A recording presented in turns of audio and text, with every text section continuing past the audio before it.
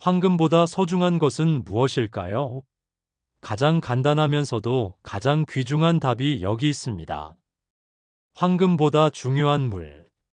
옛날 어느 사막의 끝없는 모래 언덕을 배경으로 이야기가 시작됩니다. 사막을 가로질러 여행하던 한 상인이 있었습니다.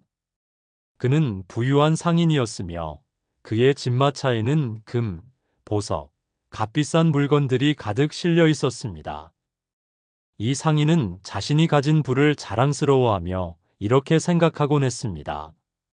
내가 가진 이 황금과 보석들로 못할 일은 없습니다.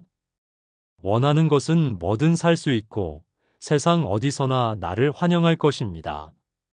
그는 이번에도 값비싼 물건들을 사기 위해 먼 도시로 가는 길이었습니다.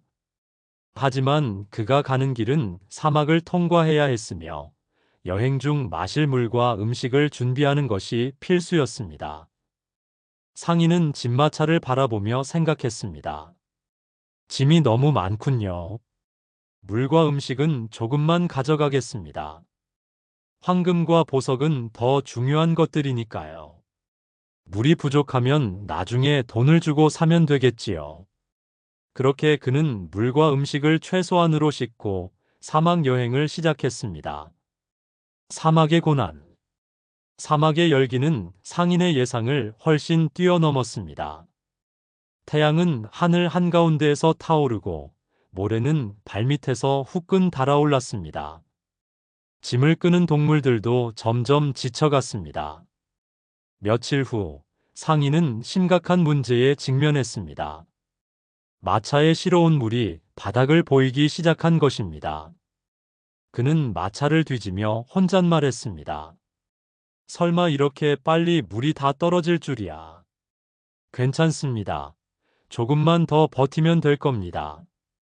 나는 황금도 많고 사막 끝 마을에 가면 물을 살 수 있겠지요.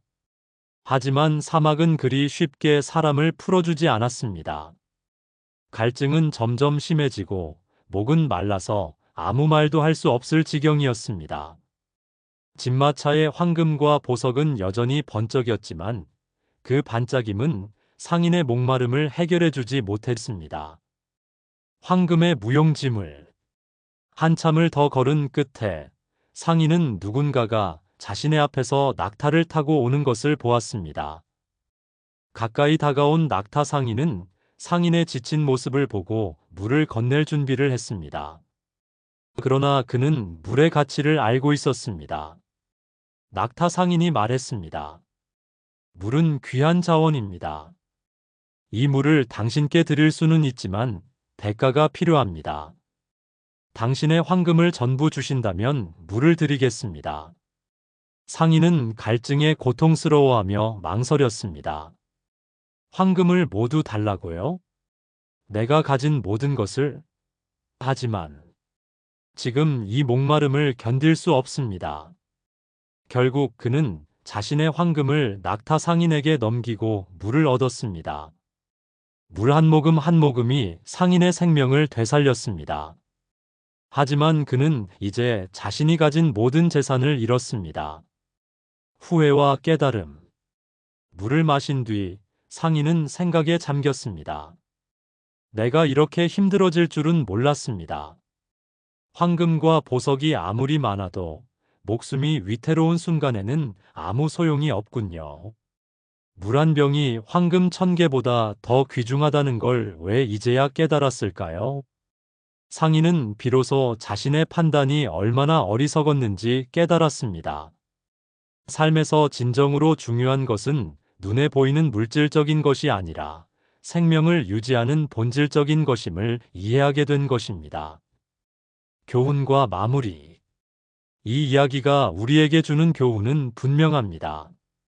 우리가 가진 물질적인 재산은 중요한 순간에 아무 소용이 없을 때가 있습니다. 생명에 필요한 기본적인 것들, 즉, 물, 공기, 가족, 사랑과 같은 것들은 우리가 당연하게 여기지만 그 중요성은 상상할 수 없을 만큼 큽니다. 탈무드는 이렇게 말합니다. 지혜와 선행은 황금보다 소중하다. 황금은 잃으면 다시 얻을 수 있지만 잃어버린 생명은 다시 돌아오지 않는다. 이 이야기를 통해 여러분도 일상의 당연한 것들에 대해 다시 생각해 보셨으면 좋겠습니다. 지금 곁에 있는 소중한 것들에 감사하며 살아가십시오. 오늘 이야기가 마음에 드셨다면 구독, 좋아요, 알림 설정 부탁드립니다. 여러분은 이 이야기를 통해 어떤 깨달음을 얻으셨나요? 댓글로 여러분의 생각을 나눠주십시오. 앞으로도 마음을 울리는 이야기로 찾아뵙겠습니다. 오늘도 감사합니다.